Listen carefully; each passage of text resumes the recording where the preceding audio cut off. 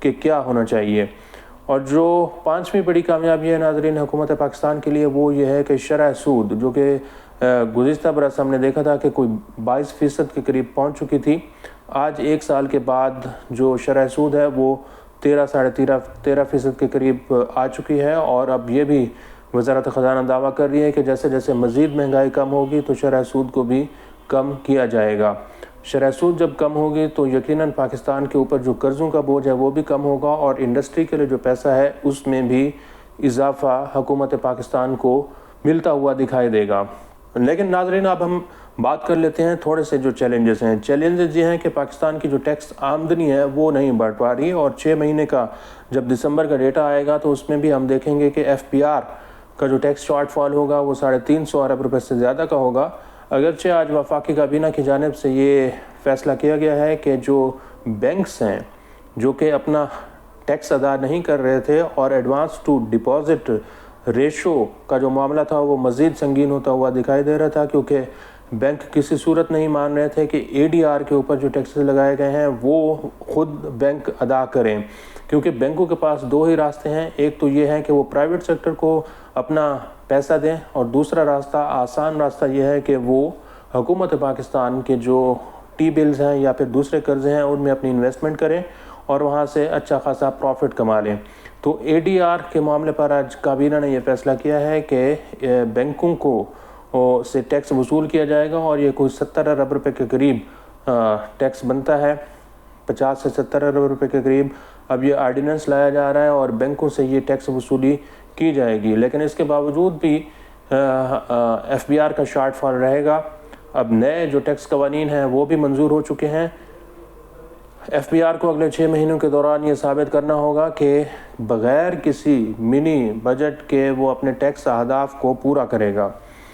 ناظرین تھوڑا سا جو مہنگائی کے بارے میں دعویٰ کیا جاتا ہے کہ حکومت پاکستان نے اس ایک سال کے دوران مہنگائی کو کم کیا ہے، اگرچہ نمبر یہی بتا رہے ہیں کہ مہنگائی کم ہوئی ہے، لیکن تھوڑا سا ہم آپ کو بتا دیتے ہیں کہ کون کون سی ایسی اشیاء ہیں جو کہ گزشتہ ایک سال کے دوران مہنگی ہوئی ہیں اور کون سی ایسی اشیاء ہیں جو کہ سستی ہوئی ہیں۔ یعنی کہ دسمبر 2023 کے مقابلے میں دسمبر 2024 میں چکن کی جو قیمت ہے وہ 49 روپے 79 پیسے فی کلو مہنگی ہوئی ہے۔ ایک سال میں چکن کی جو قیمت تھی وہ 359 روپے 43 پیسے سے بڑھ کر 409 روپے ہو چکی ہے۔ ایک سال میں ٹماٹر کی قیمت 148 روپے 25 پیسے فی کلو بڑھی ہے۔ ٹماٹر گزشتہ برس دسمبر میں 107 روپے 2 پیسے کا تھا، لیکن آج یہ 255 روپے کا ہو چکا ہے۔ اسی طرح بناسپتی گھی جو ہے ایک سال میں 67 روپے 94 پیسے کا مہنگا ہوا ہے۔ بناسپتی گھی کی قیمت 506 روپے 57 پیسے سے بڑھ کر 574 روپے 51 پیسے ہو چکی ہے۔ اسی طرح جو جلانے والی لکڑی ہے وہ 150 روپے فی من مہنگی ہوئی ہے۔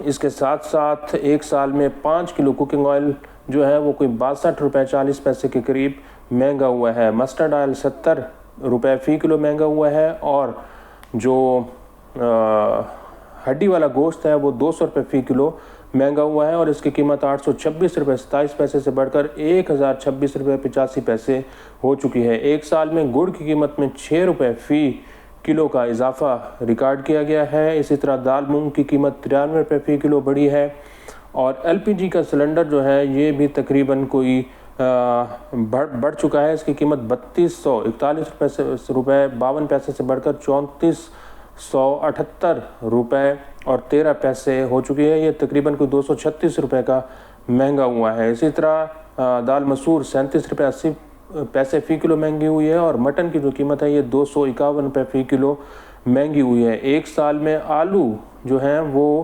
مہنگے ہوئے ہیں، دال چنا مہنگا ہوا ہے، اور لہسن کی جو قیمت ہے وہ بھی بڑھی ہے۔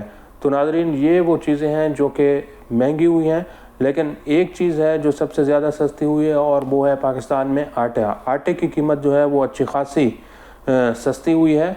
خاص طور پر جو 20 کلو آٹے کا تھیلا تھا وہ اگر آپ دیکھیں تو گزشتہ برس 2813 روپے 57 پیسے کا مل رہا تھا، لیکن آج یہ 1794 روپے اور 93 پیسے کا ہو چکا ہے۔ اس میں تقریباً 1018 روپے کی کمی واقع ہوئی ہے۔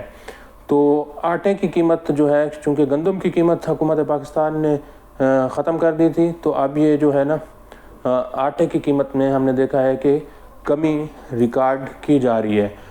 تو یہ وہ چیلنجز ہیں جو کہ حکومت پاکستان کے لیے درپیش ہیں، اور سب سے بڑا چیلنج پاکستان کی ٹیکس آمدن کو بڑھانا ہے۔ اگر پاکستان کی ٹیکس آمدن بڑھے گی تو پاکستان کا جو IMF کا قرض پروگرام ہے یہ بھی ٹھیک طرح سے چلتا رہے گا۔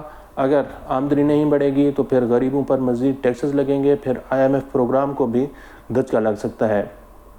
آج کے لیے اتنا ہی۔ اس ویڈیو کو آپ کمنٹ سیکشن میں جا کر لائک کر سکتے ہیں اور اپنی رائے کا بھی اظہار کر سکتے ہیں۔ بہت بہت شکریہ۔